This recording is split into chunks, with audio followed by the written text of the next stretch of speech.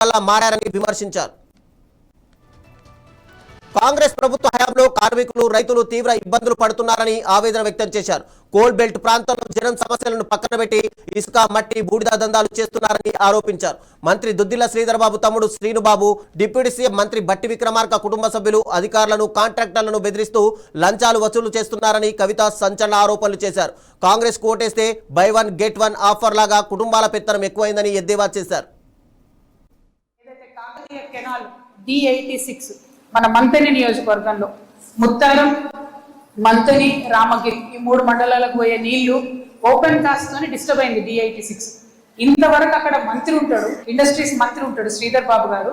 ఆయనకు అసలు కనీసం దాని మీద అవగాహన లేదు, ఆలోచన లేదు.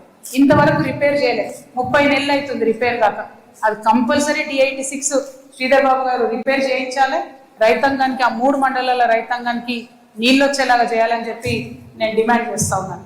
అట్లనే శ్రీధర్ బాబు గారి నియోజకవర్గంలోనే చిన్న కాళేశ్వరం లిఫ్ట్ అంటే నేను అధికారంలోకి రాగానే ముక్తేశ్వరం ప్రాజెక్టు కడతా అని చెప్పిండు. ఇంతవరకు దాని మీద ఊసు లేదు, సర్వే లేదు, ఏం లేదు.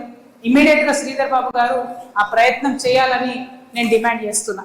ఇక మెయిన్ కాళేశ్వరం ప్రాజెక్ట్ నుంచి ఫస్ట్ లింక్ ఏదైతే ఉంటుందో అందులో మంతని, ముత్తారం ఈ 2 మండలాలకు కూడా నీళ్లు రావాలి. వాస్తవానికి ఆ లింకేజ్ లో పనులు కూడా నత్తనడకన సాగుతున్నాయి, ఎక్కడ కూడా పూర్తి అవ్వలేదు. దాని గురించి కూడా శ్రీధర్ బాబు గారు మాట్లాడాలని నేను డిమాండ్ చేస్తున్నాను. SRSP నుండి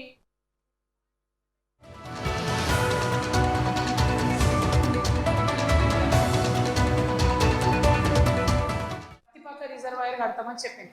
దాని గురించి ఇంతవరకు ఊసు లేదు, పాసు లేదు. కనీసం ఇక్కడ ఉన్న ఎమ్మెల్యేకు పోయి వాళ్ళ ముఖ్యమంత్రినో వాళ్ళ ఇరిగేషన్ శాఖ మంత్రినో అడగాలన్న సోయి కూడా పెద్దపల్లి ఎమ్మెల్యేకి లేదు. ఎందుకంటే ఆయన ఇటుక బట్టిల దగ్గర బిజీగా ఉన్నాడు. ఆయన ఎక్కడ పోతాడు ఇరిగేషన్ మంత్రి దగ్గరికి, ఎక్కడ పోతాడు ముఖ్యమంత్రి దగ్గరికి? మరి పత్తిపాక రిజర్వాయర్ని ఖచ్చితంగా మీరు దగ్గరుండి సాధించుకొని రావాలని